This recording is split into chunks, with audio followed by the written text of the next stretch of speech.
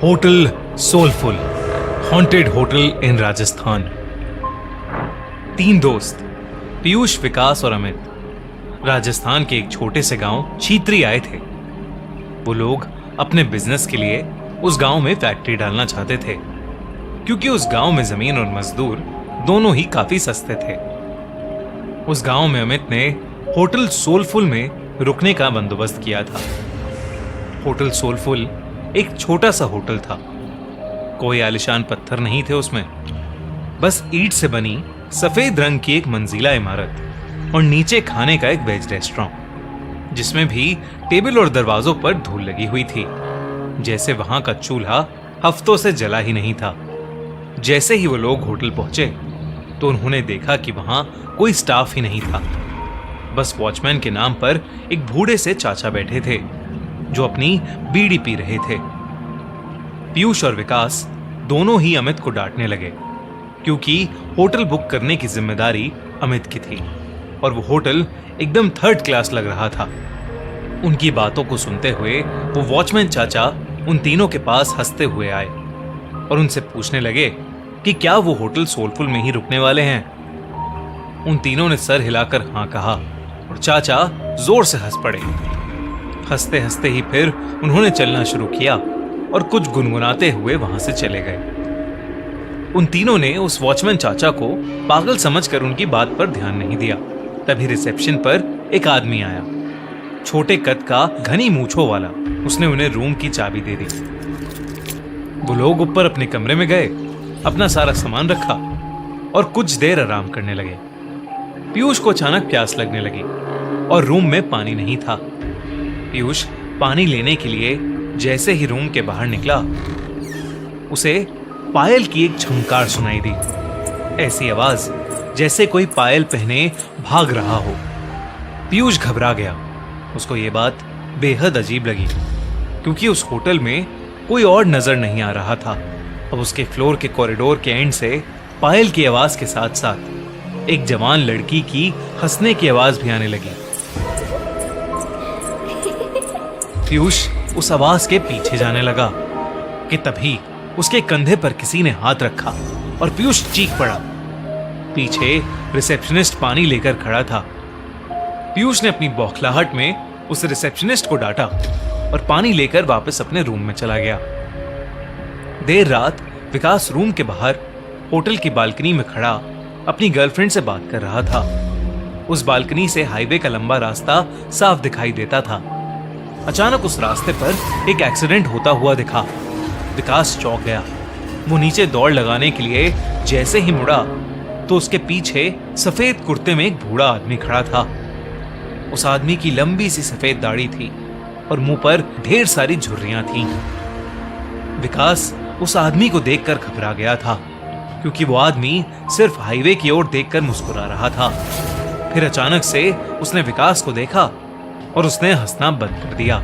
वो आदमी जैसे ही विकास की ओर बढ़ा, विकास डर कर अपने रूम में आ गया।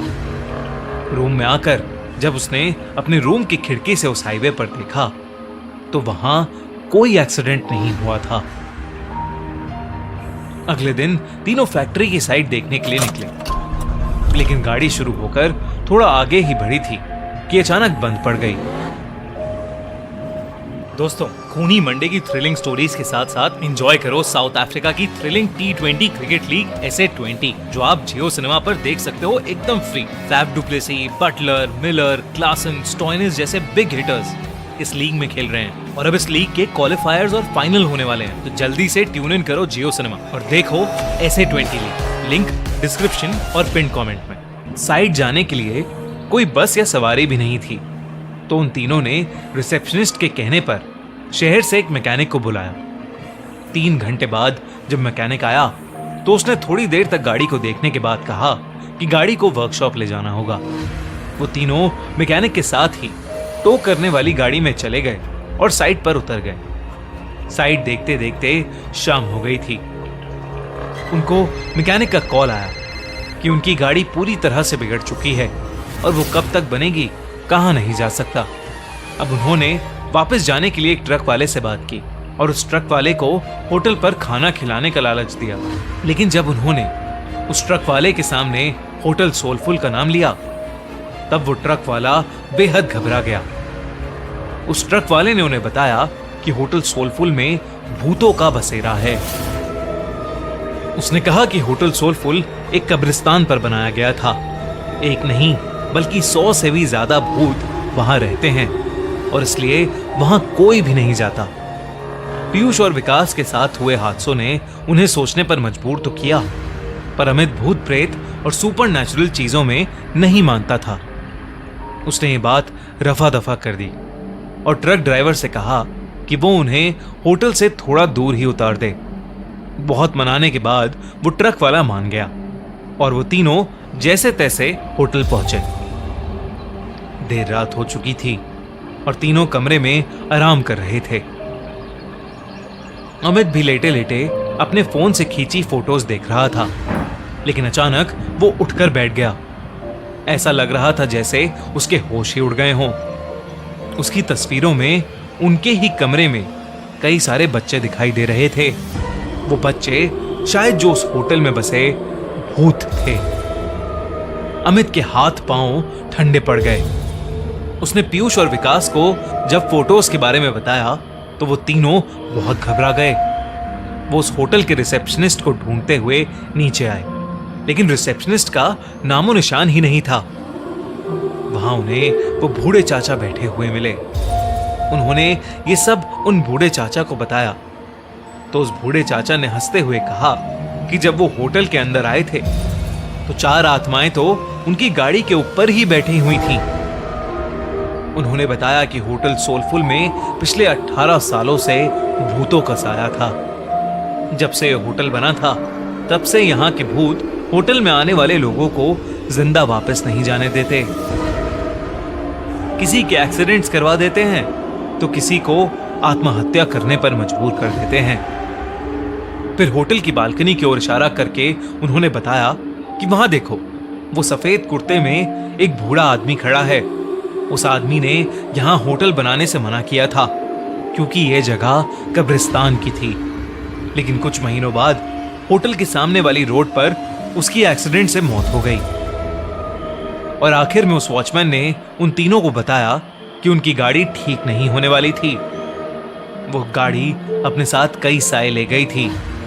होटल में रहने वाले उन बच्चों की आत्माओं को वो गाड़ी पसंद आ गई थी और शायद इसलिए वो तीनों अब तक जिंदा भी थे। उस बूढ़े वॉचमैन ने उनसे अपनी जान बचाकर वहां से निकल जाने को कहा। ये सब बातें सुनकर उन तीनों के पसीने छूट गए। उन्होंने फैसला किया कि वो अभी की अभी होटल से निकल जाएंगे। वो तीनों अपना सामान लेकर निकल ही रहे थे कि तभी उन्हें वो रिसेप्शनिस्ट मिला। वो तीनों उसे धक्का मार के वहां से तेजी से भागे। हाईवे पर आकर वो लोग आगे जा रही गाड़ियों से लिफ्ट मांगने लगे, लेकिन कोई गाड़ी रुकने का नाम ही नहीं ले रही थी।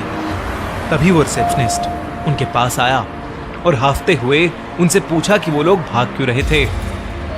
रिसेप्शनिस्ट उन्हें होटल में वापस अंदर आने के लिए कहने लगा और तब अचानक से हवा के झोंके से उसका मफलर उड़ गया और उन तीनों को उसके गले में फांसी के फंदे का निशान दिखाई दिया।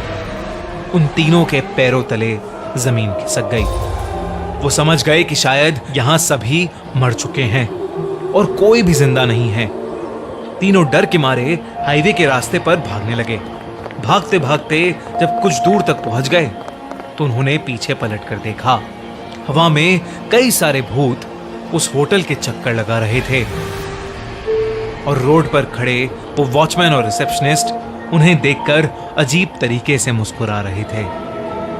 चीत्री गांव के बारे में बात करने से आज भी वो तीनों बेहद घबराते हैं। उनकी जान तो बच गई, पर जिंदगी भर के लिए उनके मन में उस जगह का डर बैठ गया था।